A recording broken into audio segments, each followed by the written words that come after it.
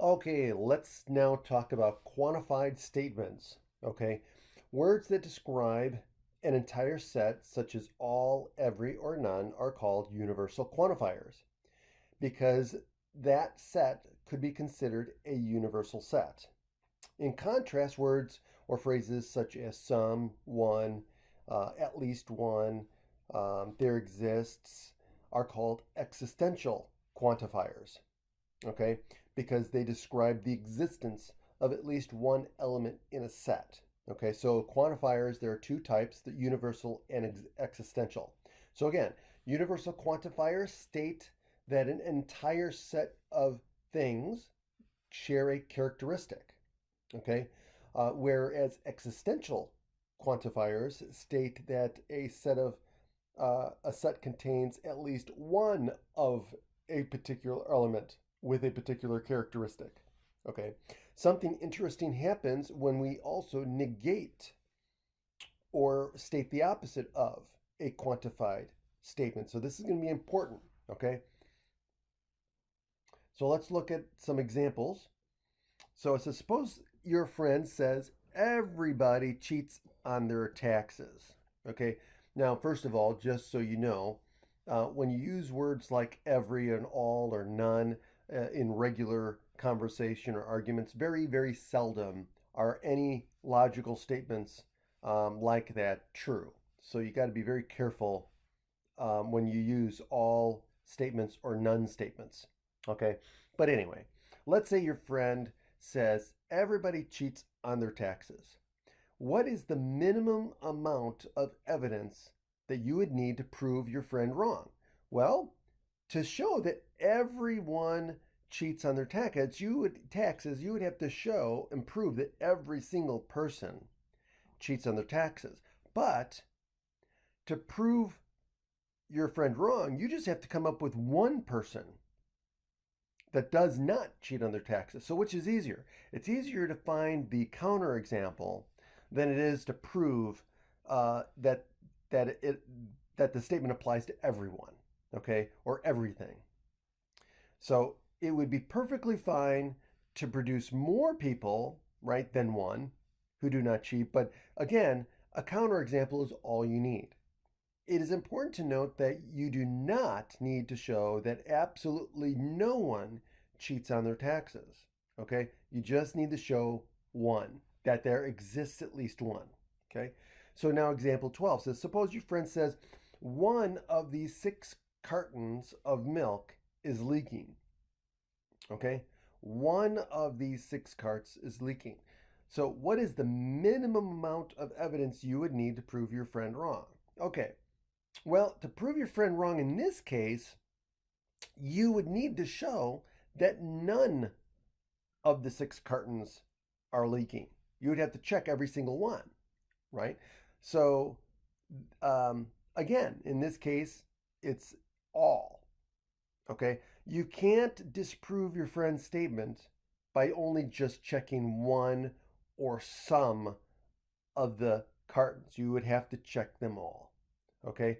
And to prove your friend right, you would just need to have at least one carton that would be leaking. If more than one carton is leaking, that's fine. But he just said one of these cartons is leaking.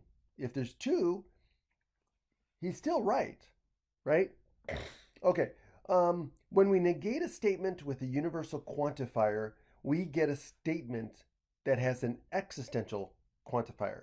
If we negate a statement with an existential quantifier, we get a statement with a universal quantifier.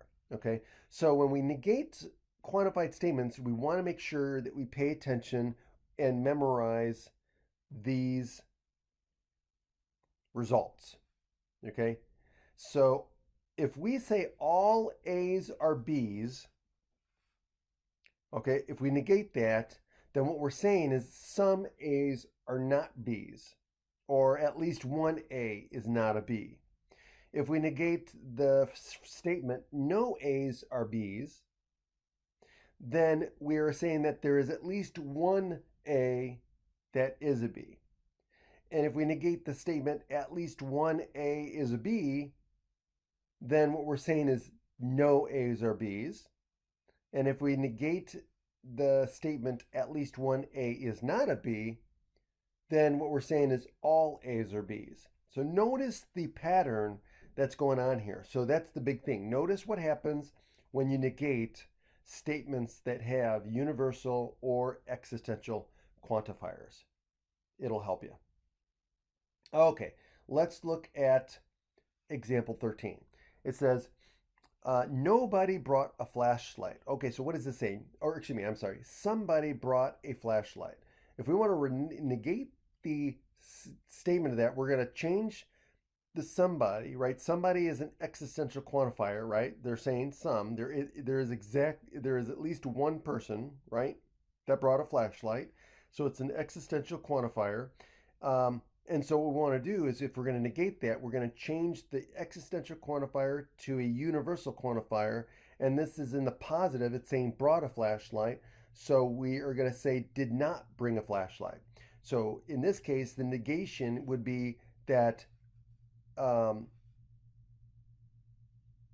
everyone, if we want to be technical, we would say everyone did not bring a flashlight. In other words, to say it more the way we would normally speak, we would say nobody brought a flashlight. Okay. And now example 14 says, we take this statement, there are no prime numbers that are even. Okay. We write the negation of that. Again, we're using a universal quantifier. There are no prime numbers that are even. And we're saying that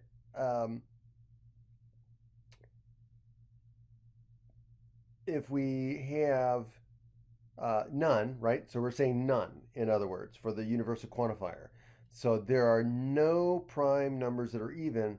In that case, if we're going to negate it, we're going to go from a universal quantifier to a existential quantifier. So we're going to say that at least one prime number is even, okay, which is true.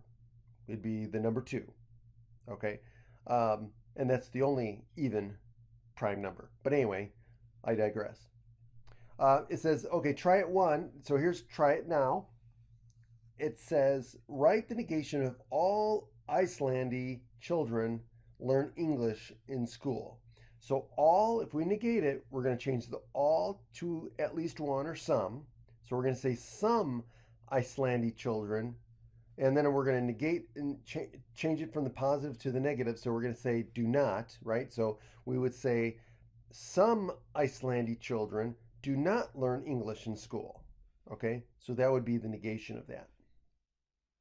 All right, so let's stop there and we'll start our conversation, symbolic logic and truth tables next time.